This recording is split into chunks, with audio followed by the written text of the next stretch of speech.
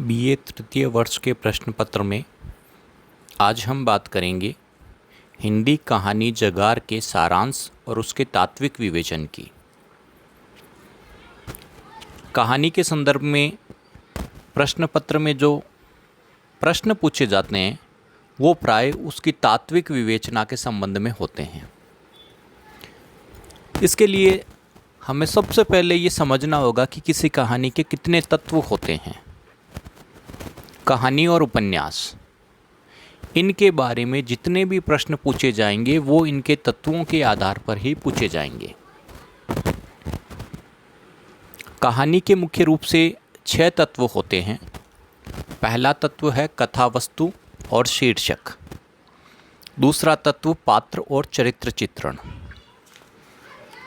तीसरा तत्व कथोपकथन, जिसे संवाद या वार्तालाप भी कहते हैं। कहानी का चौथा तत्व है देश काल और वातावरण। पांचवा तत्व भाषा शैली है और छठा तत्व है उद्देश्य और मूल संवेदना। तो प्राय प्रश्न इन्हीं के आधार पर पूछे जाएंगे, जैसे जगार कहानी की मूल संवेदना को स्पष्ट कीजिए, या प्रश्न आ सकता है कि जगार कहानी की कथा वस्तु और इसके शीर्षक की प्रासंगिकता को समझाइए। तो इन तत्वों का बारी बारी से हम अध्ययन करेंगे।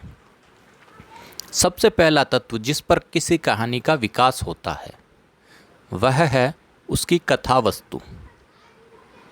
कथा वस्तु की 5 अवस्थाएं होती है: आरंभ, विकास, चरम, उतार और अंत। किसी भी कथा वस्तु या कथानक में कुछ गुण होना अपेक्षित है। ये विशेषताएं हैं मौलिकता, यानी कहानी की जो विषय वस्तु या कथानक है वो मौलिक हो। संभाव्यता, उसमें असंभव लगने वाली घटनाएं नहीं होनी चाहिए। सुगठितता, यानी घटनाक्रम में एक फ्लो, एक प्रवाह होना चाहिए। रोचकता, संघर्ष और तारतम्य। जहाँ तक संघर्ष की बात है तो संघर्ष 2 तरह का होता है: अंतः संघर्ष और बाह्य संघर्ष। अंतः संघर्ष में पात्र की अंतर्द्वंद्व की अभिव्यक्ति की जाती है, उसके मनोभावों के द्वंद्व को दिखाया जाता है, और बाह्य संघर्ष अन्य पात्रों और परिस्थितियों के साथ में होता है। तो ये 5-6 गुण और विशेषताएं हैं जो किसी श्रेष्ठ कथानक में मानी गई है। अब बात करते हैं शीर्षक की। किसी भी कहानी या उपन्यास का एक टाइटल या शीर्षक होता है। शीर्षक अलग अलग प्रकार के हो सकते हैं, जैसे स्थान सूचक। प्रेमचंद की एक कहानी ईदगाह, ईदगाह का जो शीर्षक है वो स्थान का सूचक है। इसी तरह घटना व्यापार सूचक शीर्षक भी होते हैं। किसी घटना या कार्य से संबंधित, जैसे जयशंकर प्रसाद की कहानी पुरस्कार। कुछ कहानियों के शीर्षक कौतूहलजनक होते हैं, जैसे चंद्रधर शर्मा गुलेरी की कहानी उसने कहा था। अब ये शीर्षक अपने आप में एक आकर्षण, एक जिज्ञासा या कौतूहल उत्पन्न करता है कि किसने क्या कहा था। कुछ शीर्षक व्यंग्यपूर्ण भी होते हैं, जैसे हरिशंकर परसाई की कहानी बोलाराम का जीव। कुछ शीर्षक प्रमुख पात्र पर आधारित होते हैं, जैसे प्रसाद की कहानी ममता। और कुछ शीर्षक मनोवृत्ति के सूचक होते हैं, जैसे मुंशी प्रेमचंद की कहानी नशा। नशा एक मनोवृत्ति का सूचक है, ये अहंकार का सूचक है। अब किसी भी श्रेष्ठ शीर्षक में कुछ गुण होना जरूरी है, जैसे वो संक्षिप्त हो, उसमें स्पष्टता होनी चाहिए, वह आकर्षक और नवीन होना चाहिए, उसका एक अर्थ होना चाहिए, यानी अर्थपूर्ण शीर्षक होना चाहिए, विषय के अनुकूल हो और उत्सुकता को बढ़ाने वाला हो। तो ये विशेषताएं किसी शीर्षक और कथानक की होना अपेक्षित है। इन्हीं विशेषताओं के आधार पर किसी कहानी के कथानक और शीर्षक की समीक्षा की जाती है। कहानी का दूसरा तत्व पात्र और चरित्र चित्रण। भूमिका के आधार पर 3 तरह के पात्र होते हैं: मुख्य पात्र, सहायक पात्र और खल पात्र। स्वभाव, व्यक्तित्व और चिंतन के आधार पर भी अलग अलग तरह के पात्र होते हैं, जैसे आदर्शवादी, यथार्थवादी। कुछ पात्र सामान्य होते हैं जिन्हें वर्गगत पात्र कहा जाता है, जबकि कुछ पात्र विशिष्ट होते हैं जिन्हें व्यक्तिगत पात्र कहा जाता है। इसके अलावा मनोवैज्ञानिक, प्रतीकात्मक, ऐतिहासिक, पौराणिक, स्थिर और गतिशील पात्र भी हमें अलग अलग कहानियों में दिखाई देते हैं। अब किसी भी कहानी की पात्र योजना में गुण क्या होने चाहिए? प्रमुख गुण या विशेषताएं हैं अनुकूलता, यानी कहानी के अनुकूल ही पात्र योजना होनी चाहिए। कहानी का कथानक अगर ऐतिहासिक है, अगर मुगल काल का है, तो उसमें हम किसी आधुनिक पात्र को शामिल नहीं कर सकते। दूसरी विशेषता है स्वाभाविकता, पात्र स्वाभाविक लगने चाहिए। तीसरी विशेषता मौलिकता। अगली विशेषता है सजीवता, यथार्थता, सहृदयता और अंतर्द्वंद्वात्मकता, यानी पात्रों का अंतर्द्वंद्व भी उस कहानी में आना चाहिए। इसके अलावा एक अन्य विशेषता है संगति, यानी पात्रों के अनुकूल गुणों का चित्रण उस कहानी या रचना में होना चाहिए।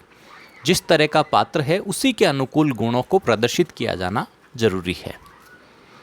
चरित्र चित्रण की दो तरह की विधियां हैं। एक प्रत्यक्ष विधि, जिसमें लेखक खुद लिखता है, किसी पात्र की विशेषताओं का खुद लिखकर ही उद्घाटन करता है। दूसरी अप्रत्यक्ष या परोक्ष विधि, जिसमें कहानी के संवाद और पात्र के क्रियाकलाप के माध्यम से उसकी चारित्रिक विशेषताओं का उद्घाटन होता है। कहानी का तीसरा तत्व कथोपकथन या संवाद योजना। संवादों में मुख्य रूप से गत्यात्मकता होनी चाहिए, यानी वो कथानक को आगे बढ़ाएं, कहानी को आगे बढ़ाएं। चरित्रोद्घाटक संवाद होने चाहिए, यानी ऐसे संवाद जिससे पात्रों की चारित्रिक विशेषताओं का उद्घाटन हो सके। संवाद संक्षिप्त होने चाहिए। बहुत बड़े संवाद कहानी की रस योजना में बाधा उत्पन्न करते हैं। संवाद सरस होने चाहिए, कौतूहलवर्धक होने चाहिए। नाटकीयता, नाटकीयता का अर्थ है कि संवाद सवाल जवाब में या फिर प्रश्नोत्तर में होने चाहिए। जैसे एक पात्र अपनी बात कहे, उसके बाद में दूसरा पात्र अपनी बात कहे। इस शैली को नाटकीय शैली कहते हैं, क्योंकि नाटक में संवादों का बहुत अधिक महत्व होता है। कहानी में ये महत्व कुछ कम होता है, लेकिन फिर भी कहानी के जो संवाद हैं उनमें पर्याप्त नाटकीयता होनी चाहिए। और अगला गुण है प्रेषणीयता, यानी पात्रों का जो वार्तालाप है, जो कथोपकथन या संवाद है, उसके माध्यम से पात्रों की मनस्थिति पाठक तक पहुंचनी चाहिए। पात्रों के मन के भाव जो हैं वो पाठक तक पहुँचे, इस गुण को प्रेषणीयता कहते हैं। और संवादों में प्रेषणीयता होना बेहद ज़रूरी है। अगला तत्व देश, काल और वातावरण। मुख्य रूप से भौतिक और मानसिक वातावरण की सृजना लेखक अपनी रचना में करता है। भौतिक वातावरण में प्राकृतिक भी है और मानव निर्मित भी है। वहीं मानसिक वातावरण में किसी पात्र की मनोदशाओं का वर्णन किया जाता है। इस प्रकार के वातावरण का प्रत्यक्ष चित्रण भी होता है और पात्रों की बातचीत के आधार पर परोक्ष संकेत भी हमें मिलते हैं। पांचवा तत्व है भाषा शैली। अब यहाँ ये समझना जरूरी है कि शैली क्या है। किसी विषय के प्रतिपादन का जो तरीका है वो शैली है। किसी बात को या किसी साहित्यिक रचना की अभिव्यक्ति का जो तरीका है वो शैली है। सबसे पहले हम बात करते हैं कि भाषा में कौन कौन से गुण होने चाहिए। कहानी की मूल संवेदना को व्यक्त करने में उस कहानी की भाषा सक्षम होनी चाहिए, यानी जिस तरह का कहानी का उद्देश्य और मूल संवेदना है उसी के अनुरूप भाषा का चयन किया जाना चाहिए। भाषा पात्रों के अनुकूल होनी चाहिए।